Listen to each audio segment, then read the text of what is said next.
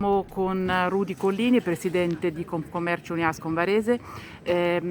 Questa giornata di incontro fra domanda e offerta turistica a Varese dimostra come il turismo sia un'occasione di rilancio del territorio e anche di sviluppo economico per tutti i settori economici.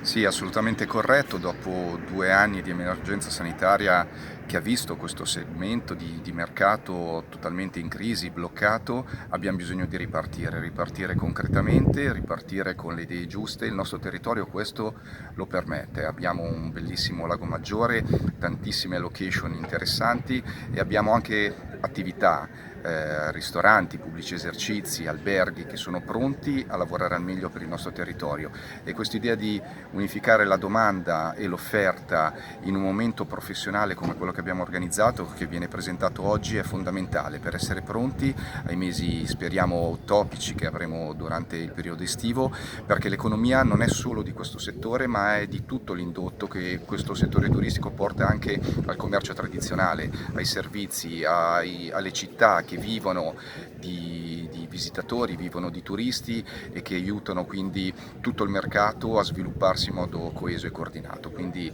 momenti come questo sono e saranno sempre più importanti da sviluppare e costruire nell'interesse di tutta l'economia del nostro territorio. Siamo con Alessandro Castiglioni, presidente dell'Ente Bilaterale del Turismo. Oggi è una giornata dedicata all'incontro fra domanda e offerta professionale nel settore del turismo sui laghi, una stagione che sta andando già bene, con una ripresa e una ripartenza dopo momenti di difficoltà. Sì, un evento molto importante che abbiamo deciso di fare in una zona dedicata al turismo tradizionale, al turismo convenzionale.